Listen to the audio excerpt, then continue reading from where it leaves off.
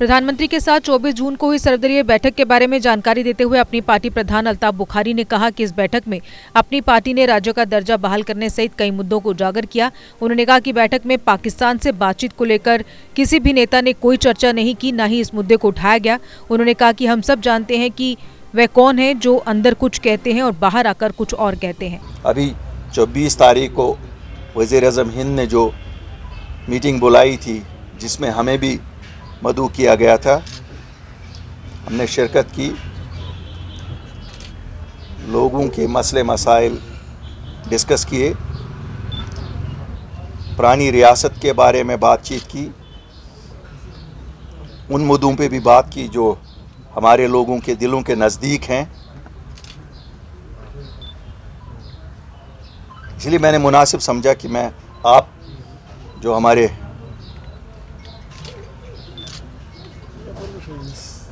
एक सुतून के तौर पे काम कर रहे हैं, लोगों के साथ एक आपका डायरेक्ट एक रिश्ता भी है, तो मैंने कहा आप से भी बैठ के बात की जाए कि हमने बात क्या की, ताकि आप भी अपने अपने दिलों में जो आपके सवालात हों वो हमसे करें और मैं उनके लिए तैयार हूं जवाब देने के लिए। देखिए साहब, जैसे आपको मालूम है 8 मार्च 2020 को जिस वक्त हम लोगों ने पार्टी तश्कील दे दी, 3 कोर एजेंडाज हमने कहा कि हमने किस लिए पार्टी बनाई। एक था कि हमारी जो पहचान, हमारी जो आइडेंटिटी, हमारी जो डिग्निटी 5 अगस्त 2019 को छीन ली गई थी, वो है स्टेटहुड, एक स्टेटहुड को वापस लाने के लिए। दूसरा, हमारे लोगों में उस वक़्त एक परेशानी थी कि अब जब 370 और 35A उठा तो उस वक़्त लग रहा था कि हमारे बच्चों को अब नौकरियां नहीं मिलेंगी, क्योंकि उनको कम्पीट करना पड़ेगा पूरे हिंदुस्तान के बच्चों से।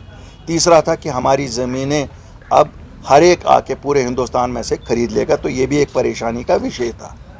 बाकी तो थे ही, डेवलपमेंट था, इकॉनमी बैठ गई थी, गिरफ़्तार हुए थे, यूथ गिरफ़्तार हुआ था, लीडरान गिरफ़्तार हुए थे।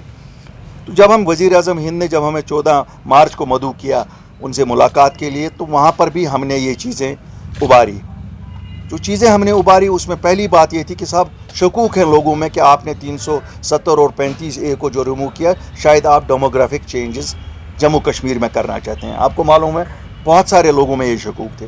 तो वज़ीर-ए-आज़म हिंद ने हमें बड़ा स्पष्ट तौर पे कहा कि ऐसा पॉसिबल नहीं है, बल्कि होम मिनिस्ट्री की तरफ से एक बाज़ाब्ता बयान भी निकला जिसमें क्लैरिफाई किया गया कि ऐसी कभी नहीं होगी और ये सूरत-ए-हाल होने नहीं दी जाएगी। देखिए, मेरा मौक़िफ़ मीटिंग में ये था कि मैंने कहा था साहब ये जो हमारा डीलिमिटेशन प्रोसेस है, क्योंकि पूरे मुल्क में 2026 में हो रहा है, इसे भी पोस्टपोन किया जाए, जैसे आपने आसाम और एक और रियासत में अभी इलेक्शन से पहले किया। तो उस पर वज़ीर दाखिला ने कहा साहब यहाँ चूँकि रीऑर्गेनाइजेशन एक्ट में सीटें बढ़ रही हैं, आसाम में सीटें बढ़ नहीं रही थी, तो इसलिए ज़रूरी करना है। मेरा फिर उनसे दरख्वास्त थी कि साहब इनको आप नॉमिनेट कर लीजिए। इससे शायद उनको इत्तेफाक नहीं था, उन्होंने कहा डील लिमिटेशन का काम होना है। तो मैंने कहा साहब फिर ये ट्रांसपेरेंट होना चाहिए, क्यों मेरे लोगों में शकूक है वहाँ कि ये ट्रांसपेरेंट नहीं होगा और शायद इसके ज़रिए से भी कोई डेमोग्राफिक चेंजेस करने का अफवाहें हैं कि साहब हम मीटिंग के हवाले से देखिए मैं आपको बताऊंगा वहाँ ऐसी कोई बात नहीं हुई। आप उमर साहब से पूछ सकते हैं, किसी ने ऐसा नहीं कहा कि पाकिस्तान से बात हो।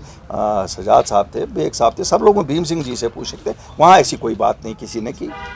अगर मैं इल्ज़ाम तराशी पे आ जाऊँ वो फिर गलत होगा, लेकिन 72 साल से आप सब जानते हैं, हम सब तो अब मैं तो बुढ़ापे की तरफ जा रहा हूँ, आप जवानी की तरफ जा रहे हैं। आपने अपनी जवानी में वो कुछ देखा जो हमने आप बुढ़ापे में आके देखा।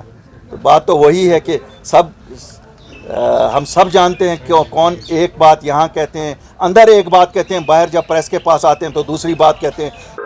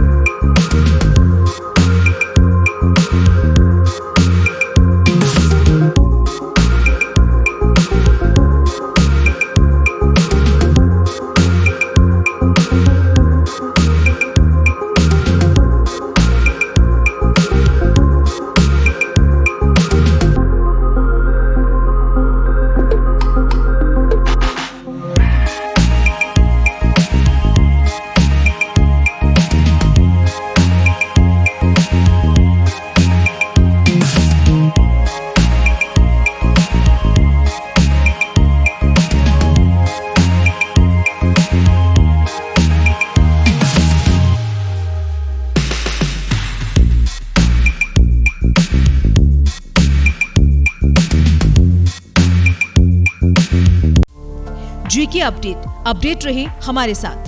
अगर आप ये वीडियो YouTube पर देख रहे हैं तो हमारे YouTube चैनल को सब्सक्राइब करें और बेल आइकन को क्लिक करें। अगर आप ये वीडियो Facebook पर देख रहे हैं तो हमारा Facebook पेज लाइक जरूर करें।